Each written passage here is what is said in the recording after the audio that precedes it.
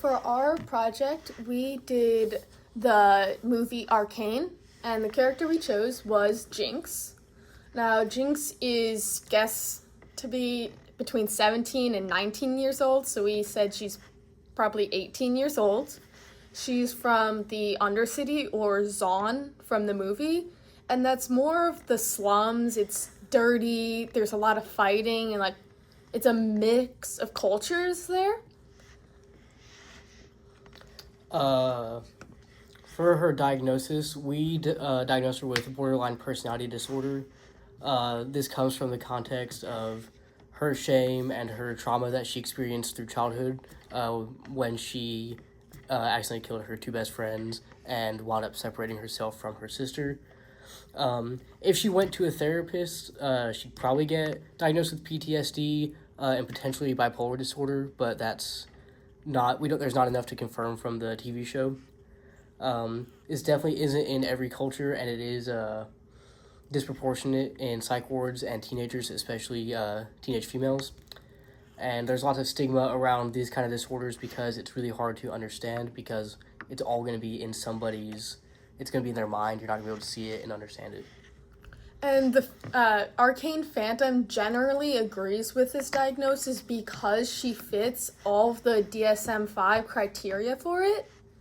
So the weakest one that she didn't show as often, was more subtle, was the self-harm.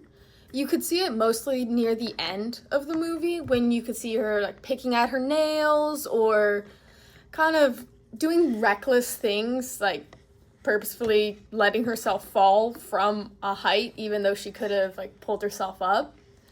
The other symptoms she showed were frantic efforts to avoid real abandonment, especially losing her sister Vi and then losing her stepdad Silco. That really would shift her perspective because she's been abandoned so often. Unstable and intense relationships that alternate between idealization and devaluation.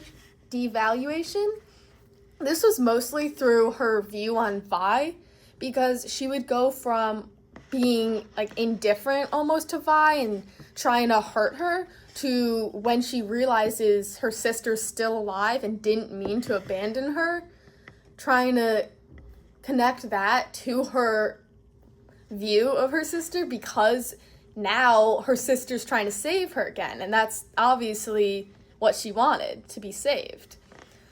An unstable sense of self and identity, so that shift from childhood being Powder to being called a Jinx so much from her found family that she accepts that name once Vi abandons her. She calls herself Jinx, everyone else calls her Jinx because that's what they see her as. Self-damaging impulsivity in at least 2 areas of life. She just has no view on her life of wanting to save it. Near the end, and repeatedly just showing a complete lack of self-preservation. And then she obviously makes bombs and chemicals, and she's not very safe about it, so that's definitely very impulsive. Recurrent suicidal thoughts or self-harm. This was the weakest one for self-harm, but suicidal thoughts were rampant throughout the entire movie, because near the end, when she was in jail saying, I have to do what I have to do, doesn't exactly show her will to live. A instability in mood, which is very popular because you can see her go from idealizing Violet to immediately devaluing their relationship and kind of getting out of control her mind. She has hallucinations and paranoid delusions, which is also a criteria. So having that quick shift in mood from happy to sad really can make it hard for her to have a sense of self and know okay, I can survive this. Chronic feelings of emptiness and of course the inappropriate and disproportionate anger were still with the instability of mood, because she doesn't have a stable sense of self. She has widely changing moods, especially anger at anyone who tries to talk her out of what the hallucinations or what she feels she has to do. All right. Our outcomes and treatment options. We chose a lot of different types of psychodynamic therapies.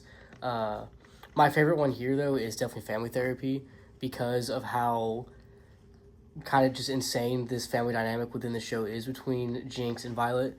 I think, especially after, I forget the dad's name, but Vander, especially after Vander was brought like back into the picture within the context of the show, I feel like if there were a way to conduct this type of family therapy, it would be by far the most beneficial for her.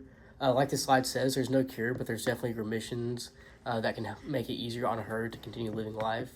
Another really important thing is to have a stable future and just life when doing this, because like within the context of the show, everything within her life is always changing, always different, and she never has anything to truly lean on. So for the treatments proposed, we would use DBT, dialectical behavioral therapy, to help with emotional regulation and the identity concerns between Jinx and Powder.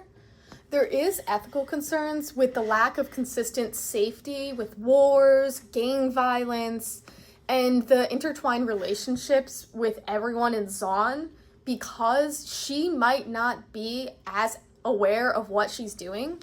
And Silco also acts as a trauma bond and an emotional crutch, and he is manipulating her to become more unstable.